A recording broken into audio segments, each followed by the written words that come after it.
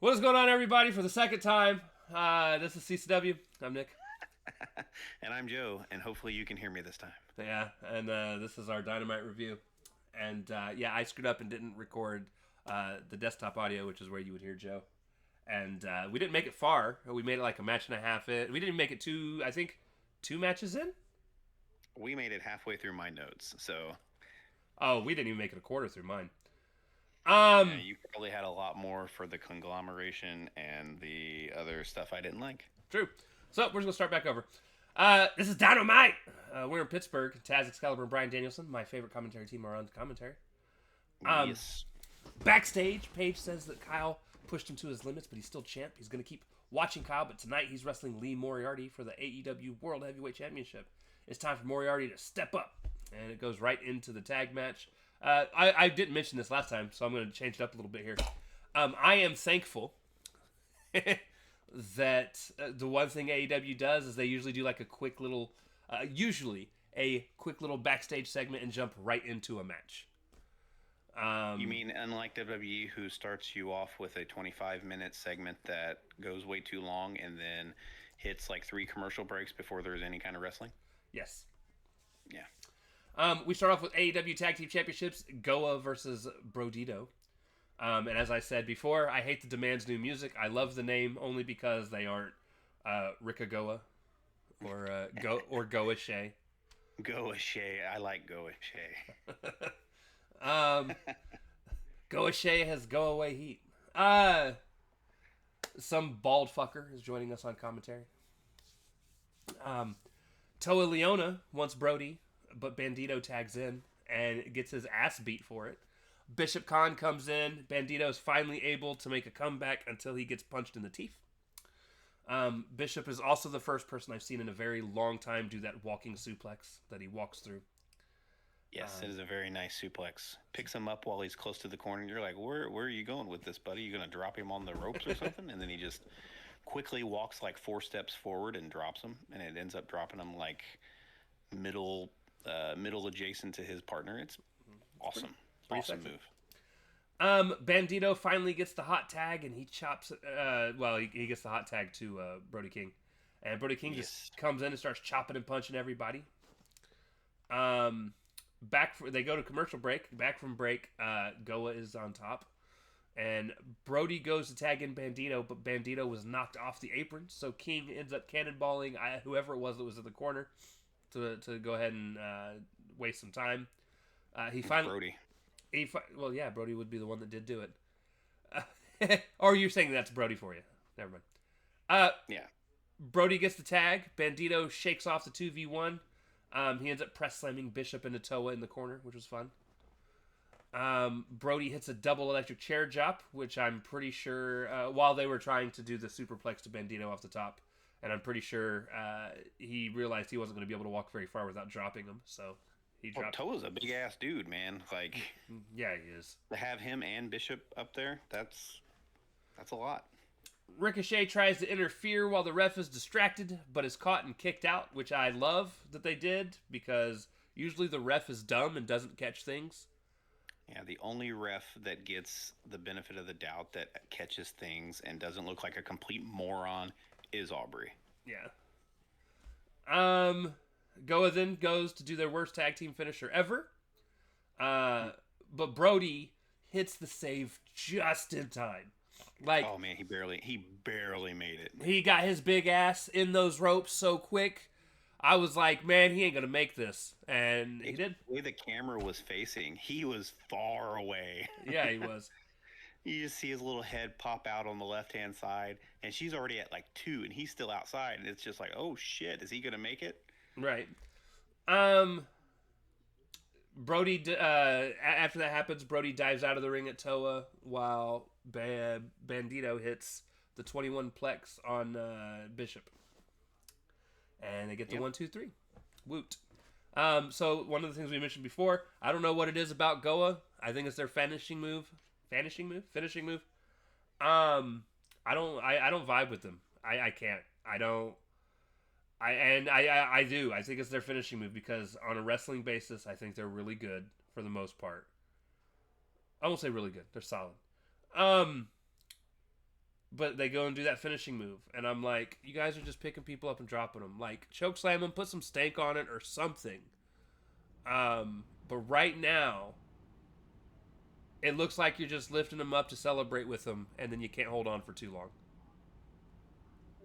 I don't know.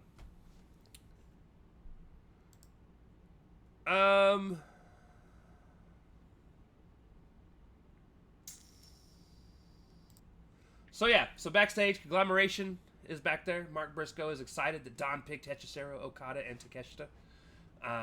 Mark makes some eluding comments, mentioning his partner is going to be Orange Cassidy, but he will not say it because the word of today is mystery. And they have a mystery partner. And this whole segment was stupid because we all knew who it was. But it was filled with nice orange puns. So yeah. It's hard to concentrate. So aren't you glad you saw the segment? Absolutely. I don't know why I like the orange puns so much. They're pretty juicy. They are juicy. Yes, they are. Oh, man. I like that a little too much. Following that, we got Stat and Harley. I about called her Harley Quinn. Wow. How you doing, Mr. J? Mr. J. Harley Cameron. That's her name. Backstage with Renee. Renee asks Stat how she's doing. Stat's like, I'm a fighting champ, even though I'm a little beat up from the All Out. But she wants to be a fighting champion. So she's got a match tonight with Mina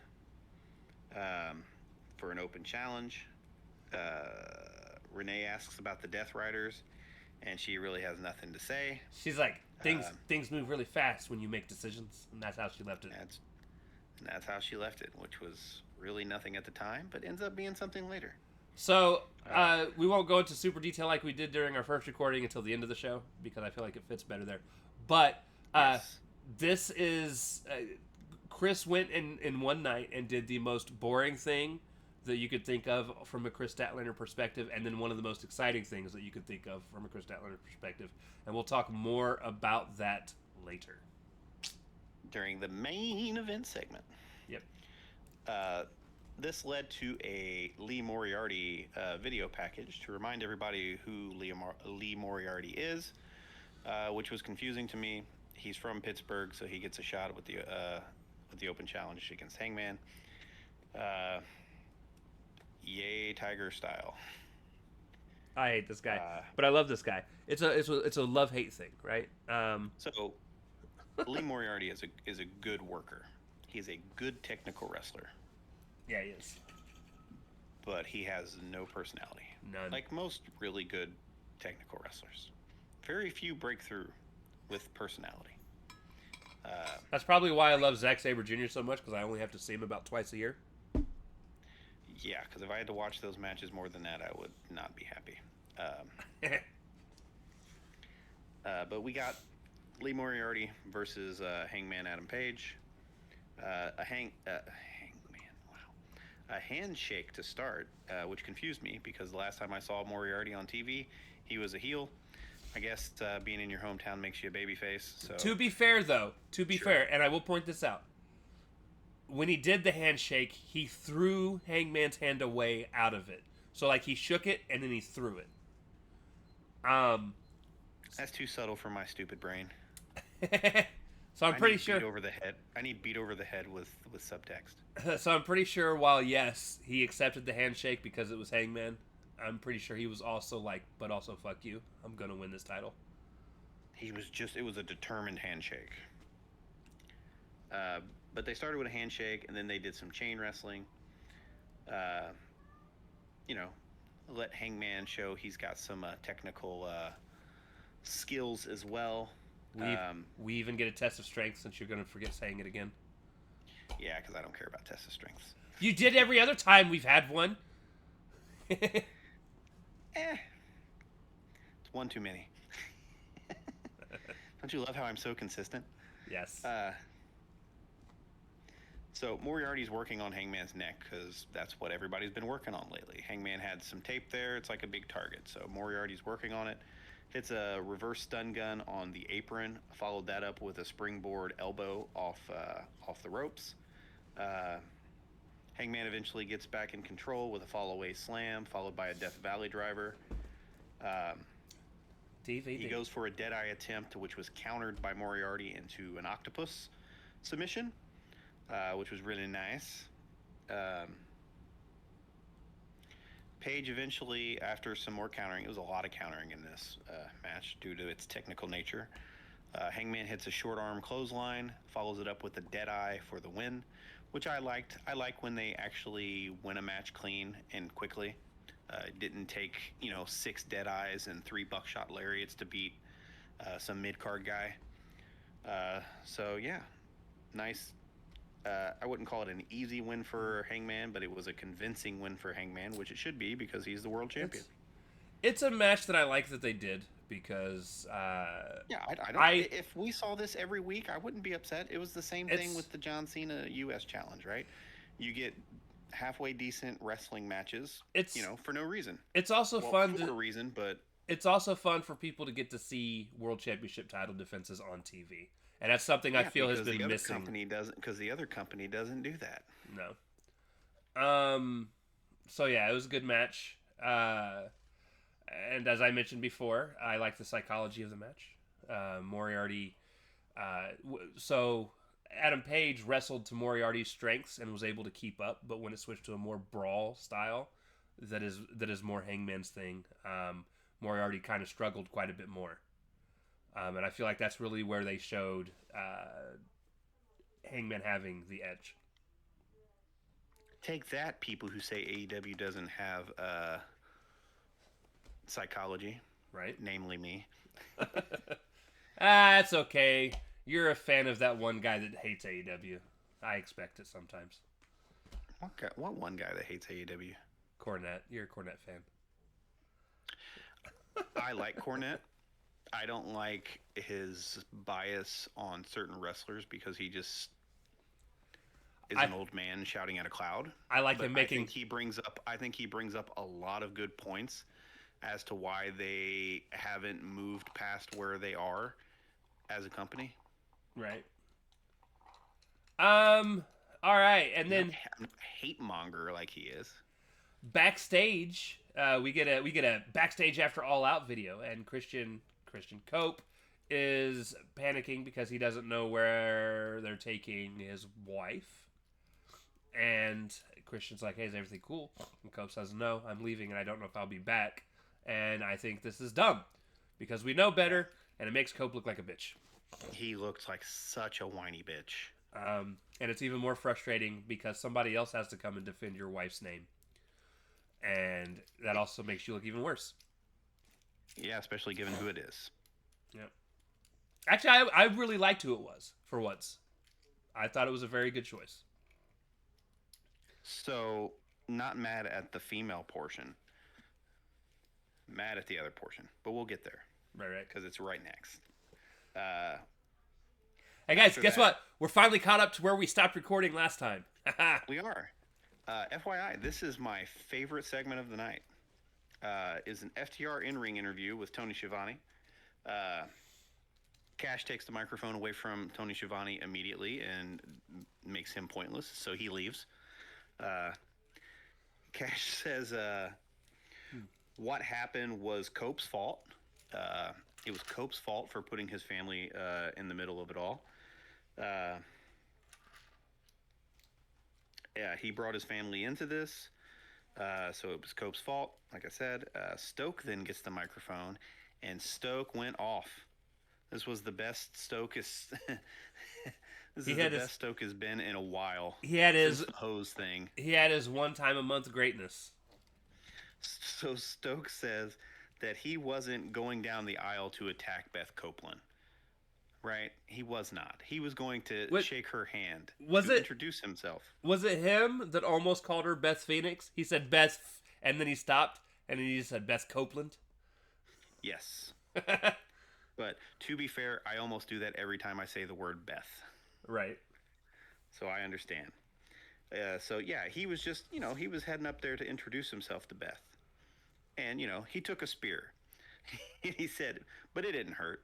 He said, I was about to kip up when she picked me up and carried me to the back. Which the thought of with the thought of Stokely kipping up anytime is just funny in my brain. Uh, oh God, I can't get enough of that. Dax then takes the mic, and he's big sorry. He's sorry to Beth, but not Cope or Christian.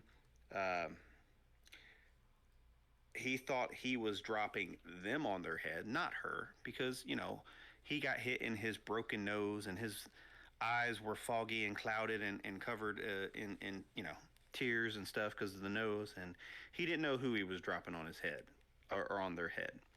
But he didn't think it was her, and he would never hurt a woman, right? He even says that Cash was jumping to try and stop me. Yes, he was jumping right in there to try to stop her, or to try to stop him, right? Tried to catch her legs and everything, right? That's amazing. To pull her upwards, not downwards. So this brings out Willow Nightingale for reasons we'll get to. But she admonishes them for messing with Beth. She goes over how Beth is a Hall of Famer and, really important and an idol for her and her career. The hell did I say? Oh, I couldn't read my own handwriting there. Why she came back from a broken freaking neck? Yeah. She eventually smacks Stokely, and it looks like FTR is just kind of stepping in between them and her, and then out comes Jet Speed for the save for some fucking reason. FTR bails out after that, after getting drop kicked by Jet Speed. So I guess that's the program they're going into next, which doesn't make me all that happy, really. But overall, good segment. Really liked the FTR stuff. It's probably the best promo segment they've had in a long time. Yep. I like I said, I liked the whole thing.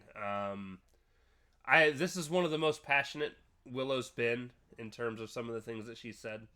I mean, she's usually passionate anyways, but this didn't have. She's usually loud. I'll give you that. She's usually loud. This didn't have the goofy side that she usually shows, and I think that's what I liked. I'll agree. I agree with that. It was much more serious. And maybe a serious Willow is what is needed right now. And I don't dislike Jet Speed being the people to show up specifically because it's them. I dislike that it's not Cope and Christian. Because I feel like there's still a lot more story to this that's going to be told. And now we just have to wait. They're just trying to stretch it out to Wrestle Dream. Right. Which means they'll probably have a TLC match at Wrestle Dream. Which I don't know if that stylistically makes sense for FTR in them at their age. I think the wrestling match they had at the paper, that was my match of the night. Right. I thought it was a wonderful match. I don't know how you duplicate that in something as chaotic as a TLC. No, what I would have done, I would like to see him do a submission match. I think that'd be a good one. I'm okay with like a stipulation, like a cage or something, like to keep them in the ring and keep like interference out. So maybe like Beth can't come in and it's just them versus them, no outside interference. Because she only came down because Stoke got involved. But right. I don't know. I don't know where they're going to go. But I fear it's going to be not Hell in a Cell, TLC, given their history. Right. And by history, I mean Edge and Christian, or Cope and Christian. Yeah, but you can't really do that either. Because a TLC match still requires obtaining something. It's a ladder match above all. So you would have to go for something, and what do you go for? They've had the matches where it's not just a title on the line. You just use tables, ladders, and chairs. Have they? And still get pinfalls. That seems boring. I see your point. Huh? That seems boring. My problem is they're not the tables or the ladder's part of that whole thing. They've always been the chairs part of that 3-way, and Yeah, but chairs matches are boring. You just make it a hardcore match at that point. I don't. I would rather it just be another wrestling match. What I would be okay with, you wouldn't, but I would, because I think it'd be fun to see it. I wouldn't mind it being a tag team dog collar match like they did with the Briscoes. Because that was a damn good match. I don't hate that.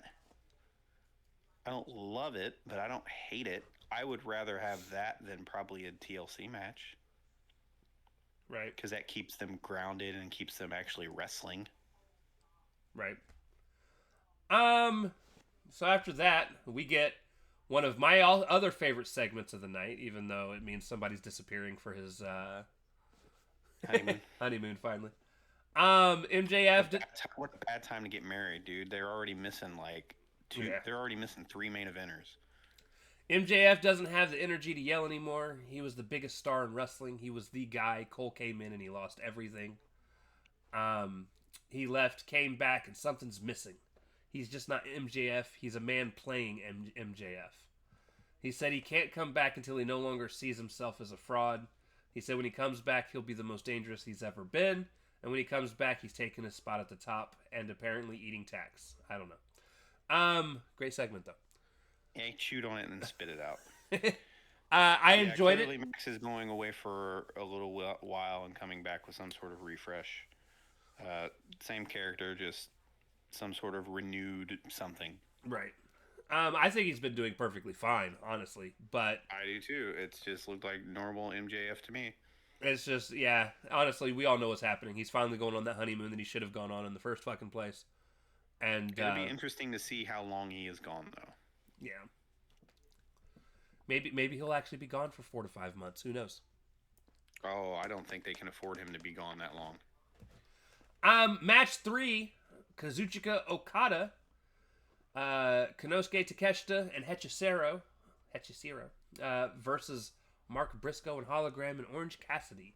Don Callis goes to talk about some new painting that he's done, and they roll it out the aisleway.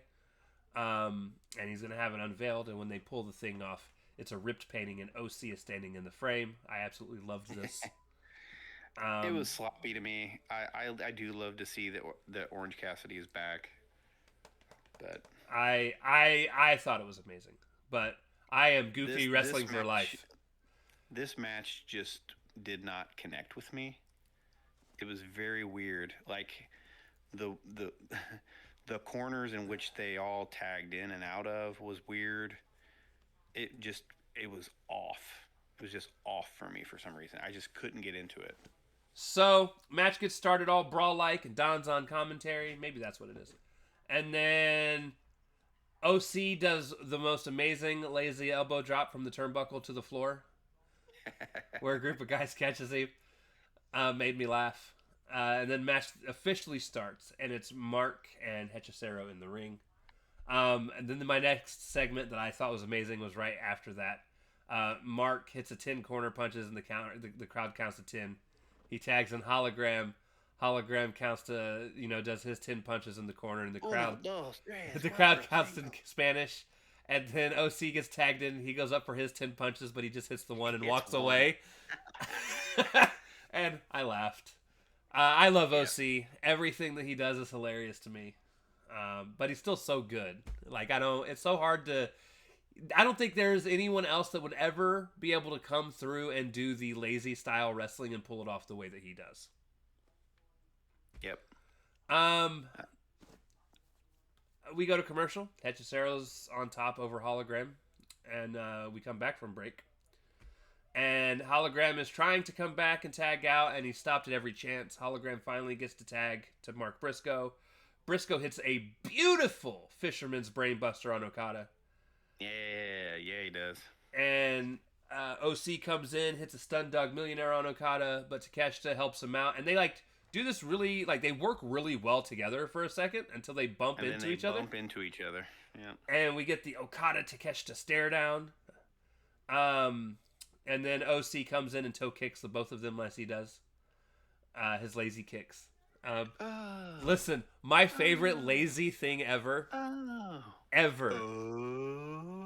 is when OC went to go do that to Sting, and Sting looked at him, and he goes to do his chest punches in OC's face, but he does lazy chest punches like OC would do, and he's like,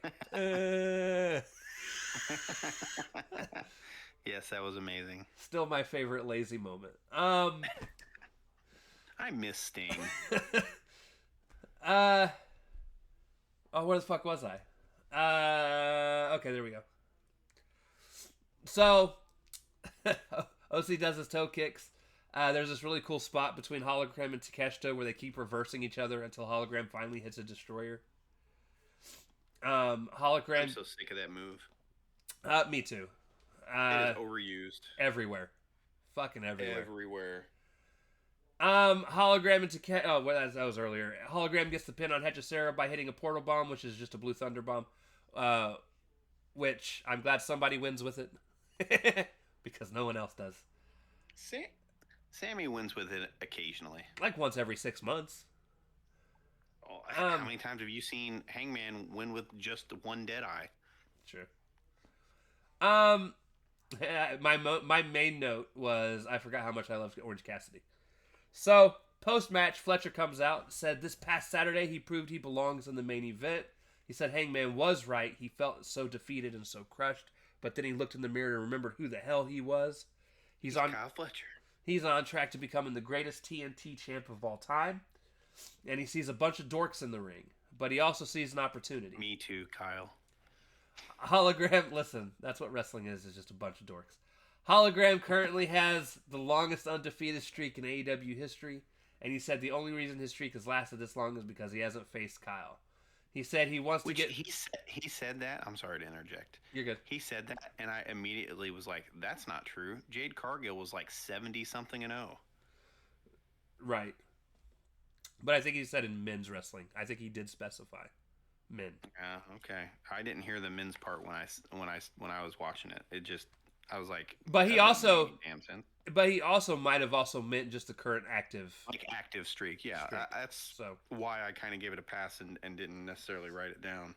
He said he wants to get back on the horse by being the first person to pin Hologram. So next Wednesday for the 6-year anniversary of Dynamite. He wants the title versus streak match, and I'm excited for the match. Joe's not, but that's fine. No, I'm not a fan of Hologram. You know what's going to happen? Hologram's going to win, but it's going to be by DQ. Oh, don't say shit like that.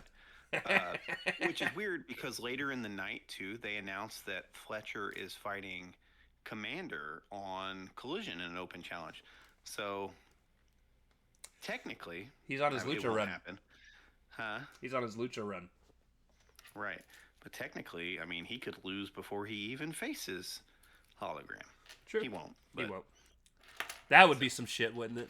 Commander wins the fucking TNT title. It's just weird how they announced the order of those matches happening. Right. All right. Go ahead. Backstage, we get Mina Shirakawa with Renee. Renee asks Mina about Tony since they have a really close relationship. You know how Hologram's gonna lose gonna win by DQ? It's going to be evil Hologram. Oh, fuck. Yeah, because didn't they have a glitchy thing after... When did they have the glitchy thing? Or evil It was after the talk earlier in the day from Conglomeration before they announced who the you're right. partner was. Oh, dude. Actually, bullshit. Evil Hologram might actually cost Hologram the win, though. That could also happen. Dude, that makes Fletcher look like shit. Not really. Yeah, it does. He just went toe-to-toe with the world champion and almost won. But he can't beat lowly Hologram? Yeah, see, you're looking at it like a simpleton. Stop it. But I am simpleton. You are not. I have known you for a long time. Simpleton. You is smarter than most people I know. Shut the fuck up. No. Thank you for that. It just means they've got more people to fucking interfere for the Don Callis family. That's all it means. The, weird hologram's going to join them. I think he will. I think he will. Oh, for fuck's sake. Anyways. I'm tired of the Don Callis family, and I like Don Callis. But Look. it has overexposed him, and he just has go-away heat with me now. Yeah, I'm tired of seeing him all the time. Which, I don't remember where it happens, but I think it was, oh, yes, I do. Never mind. We'll talk about the Don Callis situation in the main event. The little commentary quip that Excalibur said. Oh, yeah. But Mina is backstage with Renee. Renee asks her if she'd heard from Tony. She has not heard from Tony. But tonight, Mina fights for Tony. She fights for herself, and she fights to win a title. Rough translation. We're not 100% sure. It's a little hard to understand, but... Hey, she still has better English than all the Asian ladies on Raw. Listen, don't be mad because I can understand La Primera. And she's not even Asian. I said Asian. She's Peruvian. No, I love Mina. Wrong region of the world. I said she's not even Asian. Oh, okay. I love that part. I do love Mina though. So I mean, Mina is fine. She's okay. She has fun. She does. She looks like she's having a blast in there. Her and Willow have this just positive aura and energy about them. Right. Like they were just having the best of time. After that promo, we got a Jurassic Express video package. It actually wasn't their music that you love so much. As a whole, it wasn't terrible, but I'm still curious as to see how they repackaged them. Especially with that goofy music. Yeah. Like, how can you take them serious? Yeah. We'll see. They'll be there next Wednesday. So you're gonna get smiling Jack Perry riding around on the dinosaur. He better not. I don't want to see no more riding on fucking Kill Switch's shoulders. None of that. It's Luchasaurus. Nah, he will always be the thing into the crowd. He can throw his mask into the crowd for all I care. He will always be a Kill Switch to me because Luchasaurus is a dumb name. I just call him Dino. Honestly, what I really he's the dinosaur from the Flintstones. What I was really hoping they were gonna do is let him be his character from Lucha Underground. Lucha Underground, and have him team up with just Jack Barry. What was his character in Lucha Underground? Was he not just a raging dinosaur? Was he an Aztecian dinosaur? It was. He was Vibora. Did he have this? Is that just Spanish for dinosaur? No. I could see them doing that though. That'd be hilarious. What would it though? No, it was a lizard. And here I'm sending a picture. Not that that's like much different, but well, you're not wrong. It was more of a lizard than an actual dinosaur. Yeah, it is very much more lizardy than dinosaur. I just figured that it would fit more with what Jack Perry does now. Right. Rather than just being... I mean, don't get me wrong. I do like the look of Luchasaurus. I don't know if it's going to work now. At least for me. Apparently, a bunch of people are going to love it. But... Yes, simpletons. But yeah. Yeah. So I'll do this next segment, and then I'll let you have the rest of the show.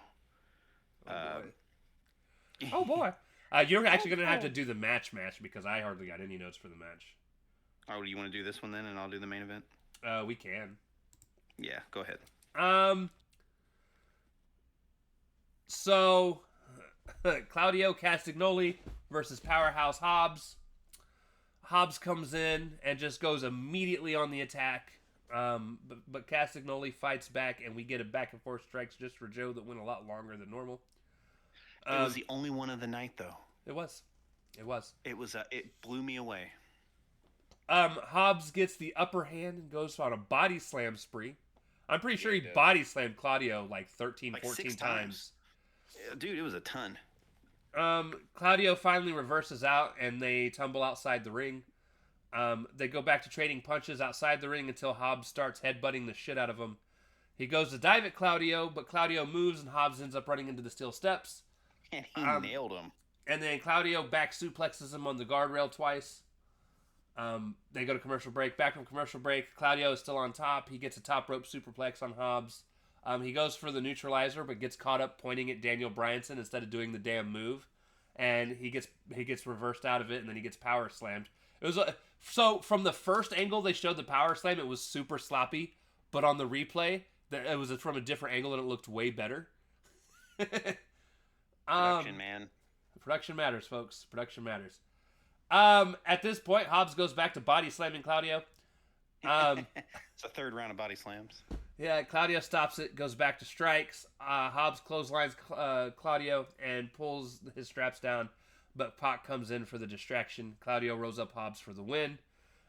Joe comes out, chases off Pac, but at that time, some other Death Riders come in the ring and start jumping Hobbs. Joe goes in. He starts to also get jumped. Hangman comes in from out of fucking nowhere because he was the last person I actually thought was going to come in. I thought he was done with this, but yeah, me too. He clears the ring, and I guess he's done with their shit. And the Death Riders bounce. Yeah, it sets up a 6-man for next week with Hobbs and Joe and Hangman versus the Death Riders. Yeah. We get Tony Khan to come out and announce the C2. I'm kidding. That would have been better, though. He actually announces the tag titles for the women, and it's just the men titles. I think they look stupid. Miniature, they're like, it's like when you go to print something and you print something at like 75% instead of 100. What makes me mad about it, right? So it's a very WWF thing to do. Well, somebody in the chat, in the AEW mod chat, they were like, "Oh yeah, they should have at least like turned the straps white." No, because WWE already does that. How about a completely different fucking design? I said what they should have done was just design it from the strap up and just do completely new looks. Like, I don't know why. Like, it's literally the men's tag championship and it just says women's instead of men's. And I'm like, why? I don't know. And then my other problem with this, why are we even doing women's tag team championships? Because the only way you can actually show women off on your fucking programming is by putting them in 10 men matches or 10 women matches. You can't even show off the tag. Like, when are you going to have time? When? Yeah. When, who's getting that spot now? I don't know. I'm not against women's tag championships, but I am against Tony doing stupid shit that doesn't make sense with what his current product is showing. Yeah. The thing that I don't like is it's another set of belts. This company has too many fucking belts as it is. To be fair, WWE has actually more belts. It's a thing. Both companies have way too many fucking belts. They're just props now. They don't mean dick, and it just makes me angry.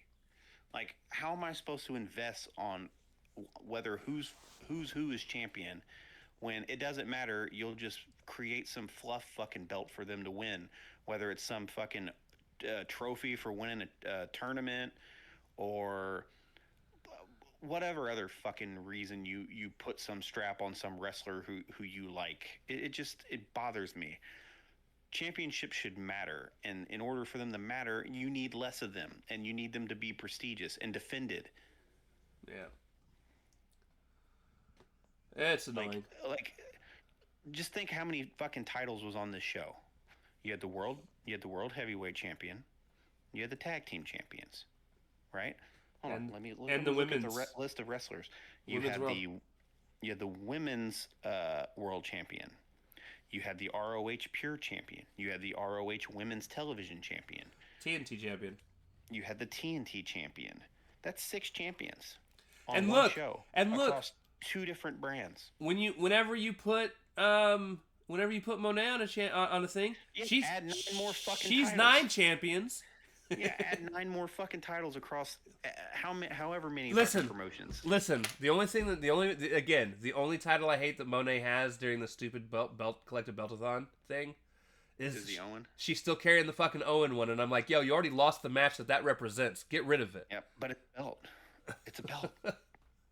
She doesn't defend it. No, you can't Literally, defend it. You've it's already not a won it. defendable belt. It's a trophy in a belt form. Anyways, yeah. So that's that. I missed most But of this look forward match. to more women's tag team wrestling, which is fine. Did But they now, need a belt? but now, how are you going to build up single stories? You won't. Now everybody will get caught up in this new thing. It's the trios. It's the trios titles all over again. The trios titles destroyed the men's tag team division, and now they have really no tag team division.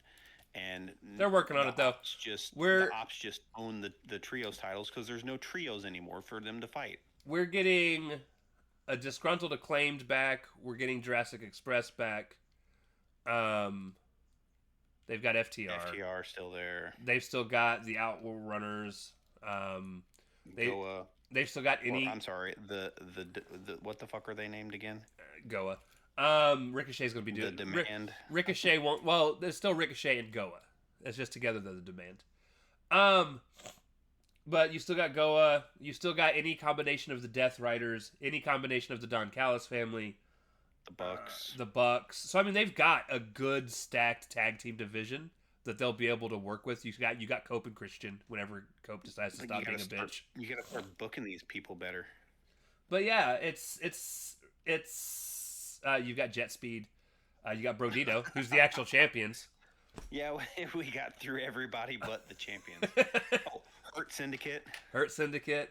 So yeah, no, I mean they've got a shit ton of tag teams at this point, but you don't feature the tag teams. The only ones you featured, and it's probably why Joe hates them so much, are fucking Jet Speed. Yes, they're on every show. Every one of them. Like, listen. When are you gonna put Austin Ace with fucking Bang Bang Gang and let him and Juice do some shit? I think him and Juice would be great. I would be all for that. When we get Colton back, we'll have the Guns back for a match before one of them gets hurt again. I mean, we've at least got tag teams. It's always the one gun that gets hurt. It's always Colton. I know. We don't know why he gets hurt. We just know he gets hurt. But no, they've got a shit ton of tag teams. They just don't have. And whenever Buddy comes back, we've still got. Eventually, Brody King can kick Brandito to the curb, and he can go back with his buddy. No pun intended. I don't know if they'll end up doing that or not. We'll see though. But yeah, no, there are tons. Honestly, it'll probably just be the three of them, and it is what it is. But yeah, I don't know what they're gonna do with the women's tag team because they've got a bunch of women that can be tag teams, but none of them that stand out. I jokingly told him, I said, you know who I hope is the first women's tag team champions? I hope it's Deonna Purrazzo and Taya Valkyrie. Because at least I would be okay with that because you know what? At least then we'd get to see Deonna Purrazzo and Tyra Valkyrie on TV. Yeah, and we don't see them now, and they're actually both very talented. So, well, what are they on? They're probably on ROH. I think so. Maybe we get Athena and Billy Starks. That's a no for me. We get That's a no for me. I don't need them as tag team champions. I want Athena on AEW and not on ROH.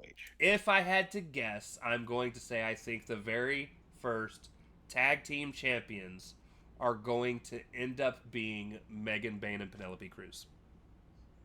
Penelope Ford. Whatever. Penelope Cruz is an actress. Is she? That's fine. Yes. Penelope Ford, Megan Bayne, I think are going to be the first tag team champions for the women. That's fine. I'm not mad at that as long as it's not the Triangle of Depression. That's who I want, but that's because I like the Triangle of Depression. And listen, never mind. I will keep that to myself. Anyways, go ahead. So for the main event, we got Mina Shirakawa versus Chris Statlander. Crowd was dead at the start of this, and then when they were cheering, it's like they were cheering for Mina. Mina is just got such energy that the crowd can't help but cheer for her. And she got a lot of offense in this match. A lot. They were really playing up the stat not quite being 100% thing. You're gonna see, regardless of who she defends the belt against, they're always gonna get a lot of offense against Stat because. Well, yeah, they want to make it more of a 50-50 booked match to try to put over other people. I get well, it. it's also it Stat. It's not. It's not like if Bane ever wins it, it might be a different story. But yeah, because then it probably would be a squash. But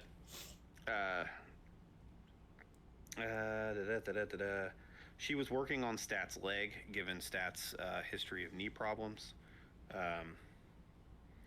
Mina also hit a sling blade.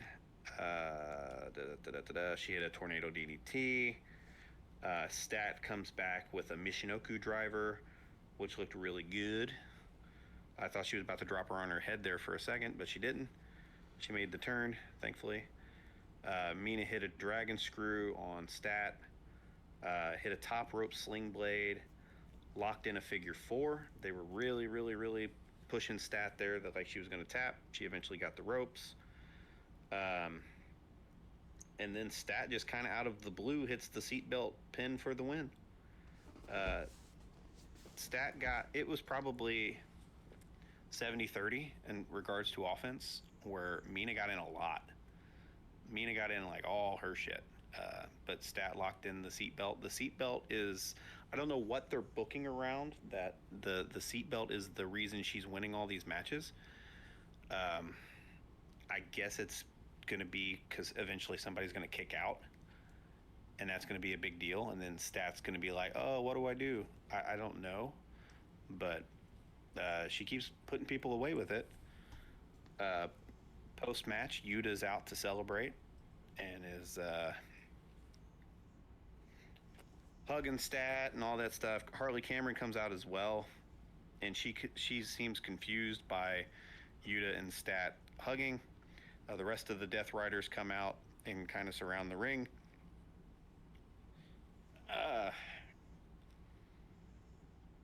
Let's see. The Death Rider music plays and Mox comes out.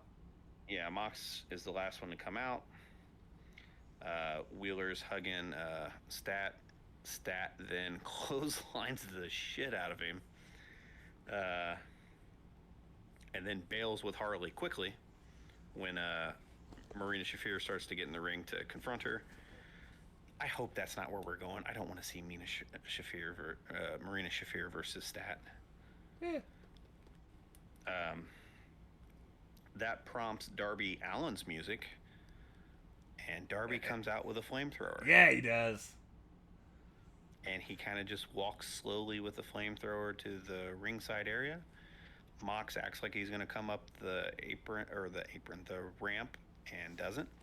And then as he's backing away, trips over the steps. Yeah, he falls does. to the ground. I don't think that was planned, but that made it wasn't intentional. It made it amazing. He played it off. Where then he's like kind of like heelishly backpedaling on his ass. Yeah, so we're apparently not done with Mox versus Darby, which. Oh, I knew we weren't. Where do you go from there, though? We don't finish this until Darby damn near kills him and wins. Is it going to be some death match bullshit then? Probably. It's going to be a light him on fire match or some silly shit? It's going to be a barbed wire cage match. No.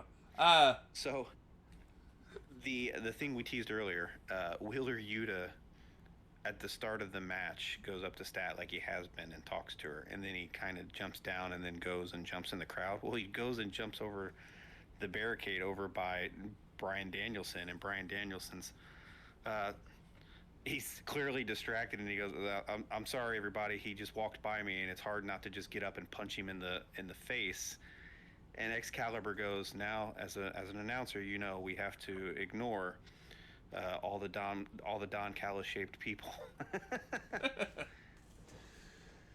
Yeah. Also, something else we teased earlier. So, we were going to talk about this earlier. Now we're going to talk about this now. Chris Statlander.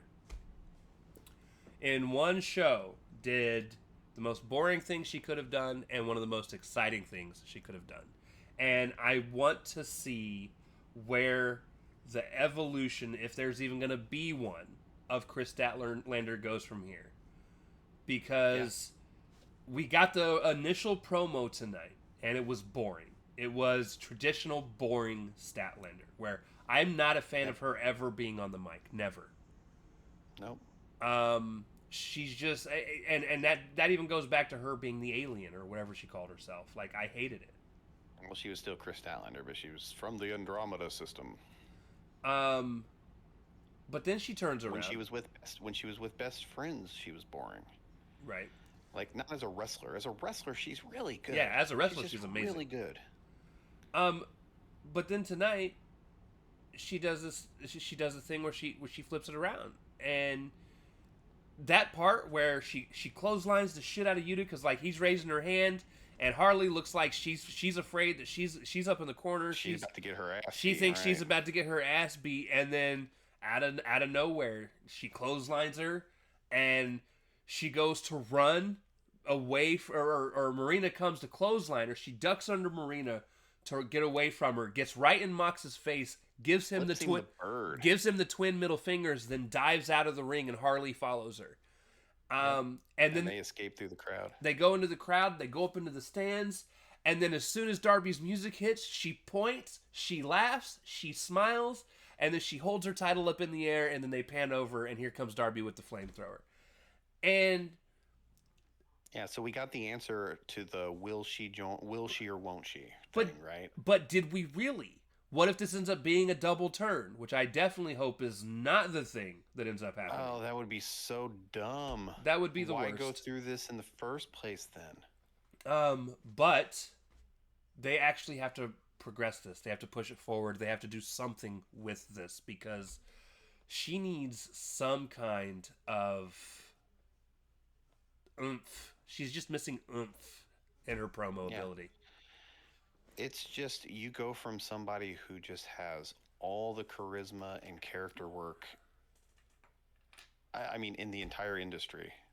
Like, the best character work, the best, like, the most charisma, just ungodly amounts of charisma. Yeah, and I think we talked about this during our first initial attempt to try and record this. I would have rather Stat lose to either Athena or Mercedes, and then in a couple months have them be so high up on their high horse that then they lose it to Chris, and not because Tony should have lost to either Monet or Athena. Yeah, she should have lost to one of them, and then they lose it to Chris a couple months later because they were arrogant and overconfident. Right, you give them the arrogant, overconfident thing. It gives you at least a month and a half to build up Stat away from this comedy routine that she's been for the last month and a half. Yeah. And then it actually that was my whole problem from the jump, was there was no build. It was done for just shock's sake. Yes. But yeah, so I hope and it was babyface versus babyface. A shock win and a shock upset is fine to do over a heel. Yep. But another babyface, it makes no sense. But I do feel like the next championship match is going to end up being against Marina. I think that they're going to push this idea where they're going to try and ask why she didn't join them or whatever. I think they're going to bring up that she doesn't want to lock her title in a suitcase. I could see that happening. I don't want my... Yeah, I hated that gimmick. At least that's where I would go. It is. But yeah, no. It'll be interesting, like I said, to see what happens from here, because I do think we're going to get at least another one, if not two people to join. At least one more person to join the Death Riders that hasn't been there. What if it's Harley that betrays her? So funny enough, I thought that was my second option. The first one that I think would be wild, I would hate it, but I also might like it, was Willow, because I think that would be the most ironic, but like it would be completely surprising. It would be completely surprising, I don't think that'll be the one that'll happen. I think it is way more likely to be Harley. But do they do that to Harley? Yeah. Because Harley's comedy gimmick will not fit into Death Riders, and that is her bread and butter. No, she would have to be like stoic, quiet, not doing. She would have to be Marina Shafir. Yeah, and she would get lost in the shuffle. Yeah, I don't think. I think that would be a great, shocking moment that would lead to zilch ever happening. Yeah, I agree. I absolutely agree. But I'm not. We'll see. I mean, I'm intrigued, but like you said, in a way that like not excited, intrigued, but intrigued. Like, oh God, are they gonna fuck this up? Right. Like I said, I hope they could do something. Because we don't know what Tony's gonna come back doing either. Right. Maybe she'll join the Death Riders. Oh man, that is a weird thought. I am kidding, guys. Absolutely kidding. But it's like as far as like character goes, what she could just be. I don't know what you do with her. She could be a boxing villain from a 40s, 50s black and white boxing movie.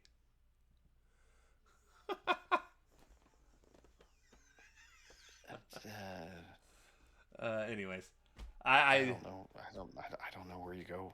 I don't know. But no, and who knows? Maybe they won't add anybody. They did just get Pac back. I mean, it depends on how long he lasts before he gets injured again. But they did just get him back. I hope he doesn't get injured, and I hope his hair grows back super fast. We need it. We need it. But all right, guys, that's gonna do it. Thank y'all for hanging out with us. Our next one will be Saturday for Collision and SmackDown. Saturday, we got Collision and Smack Us Down. We've only got 2 weeks before the next WWE pay-per-view. PLE, whatever. Oh, is that the crown jewel thing? And then 3 weeks before the next AEW show. Oh, really? Wrestle Dreams that quick? Wrestle Dreams on the 18th. I won't be in town for the 18th. Wrestle Dream 2025 date. I will be in Florida. Yeah, Saturday, October 18th is Wrestle Dream. That's gonna be weird. And then I'll be in Disney World, trick or treating with Mickey Mouse.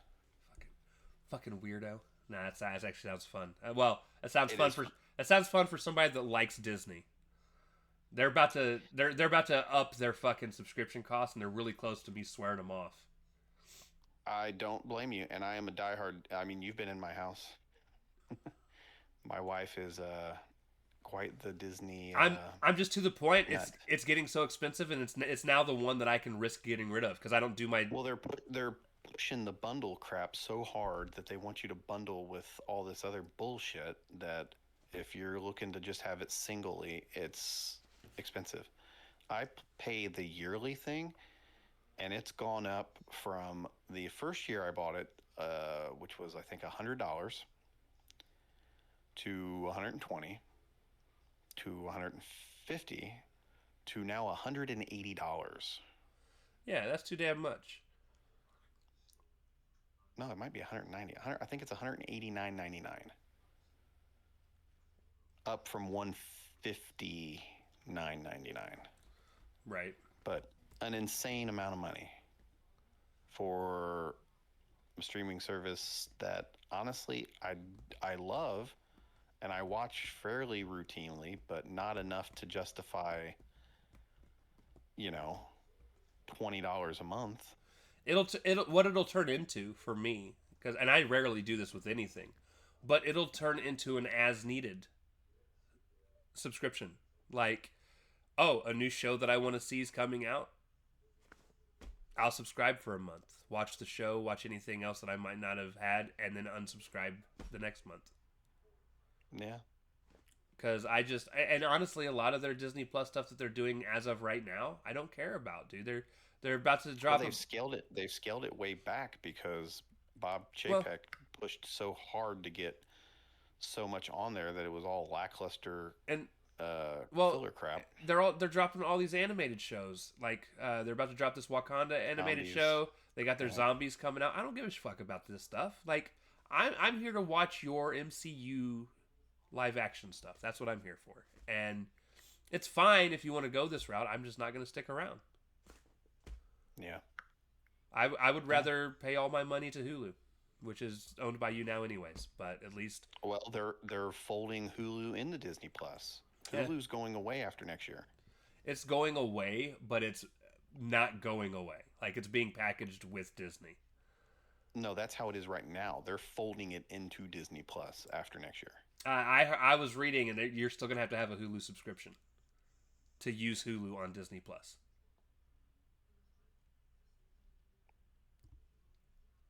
That's stupid. It's dumb. Yeah.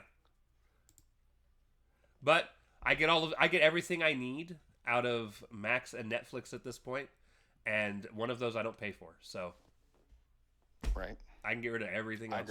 I dropped Max because I have Netflix with a VPN and I can find most of that stuff elsewhere. Yep. But streaming was supposed to be the option to not pay so much for cable, and everybody keeps raising their prices. Everybody. Yeah, it's just as expensive as cable. And it's so stupid and unnecessary. Like That's why they want you to get in on the cheapy plans with the ads, so they can just add you to death. Yeah. Oh, dude, that's terrible. Especially depending on the streaming service. It's awful. Peacock specifically, they don't even like time their commercial breaks to good moments. They'll be talking mid sentence, and it'll just go to a commercial break, and you're like, huh? And it'll pick back up mid sentence, and it's like, this is dumb. This is just dumb. Yep. All right, guys, that's the end of our rant. We'll probably rant more afterwards. You don't need to hear it. We love you. We'll see you next time. Deuces. Later.